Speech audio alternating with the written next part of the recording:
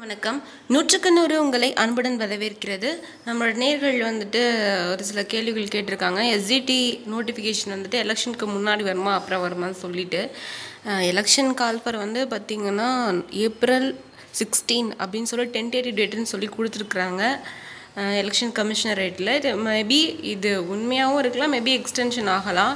But இனிமேல் notification கொடுத்தாங்கன்னா 60 டேஸ்க்குள்ளே எக்ஸாம் வச்சாங்கன்னா ஜனவரி எண்டில் நோட்டிஃபிகேஷன், ஏப்ரலில் எக்ஸாம்னு சொல்லிட்டு நமக்கு டென்டேட்டிவ் ஆனுவல் பிளானரில் கொடுத்துருக்குறாங்க டிஆர்பி.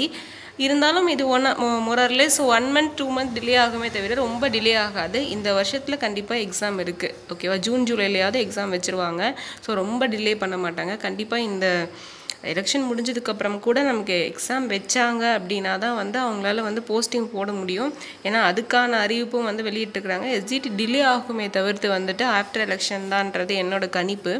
மேபி இது முன்னாடி கூட வரலாம். எனக்கு என்னோட சஜஷன் என்ன அப்படின்னா எலெக்ஷனுக்கு அப்புறம் வரலாம். ஏன்னா இப்போது ஏப்ரலில் அது எலெக்ஷன் அப்படின்றப்போ எக்ஸாம் உடனே வச்சாங்கன்னா அதுக்கான ரிசல்ட்டை பப்ளிஷ் பண்ண முடியாது இல்லையா. அதுக்கு பதிலாக அவங்க மே ஜூனில் வந்து நோட்டிஃபிகேஷன் விட்டு ஆகஸ்ட்டில் கூட எக்ஸாம் வச்சிடலாம் உடனே. பட் இந்த இயரில் கண்டிப்பாக எக்ஸாம் இருக்குது. ஸோ அதனால் இவ்வளோ நாள் வெயிட் பண்ணியாச்சு. ஸோ 1 or 2 month டிலே ஆனாலும் எக்ஸாம் வந்து நடக்கும். படிங்க.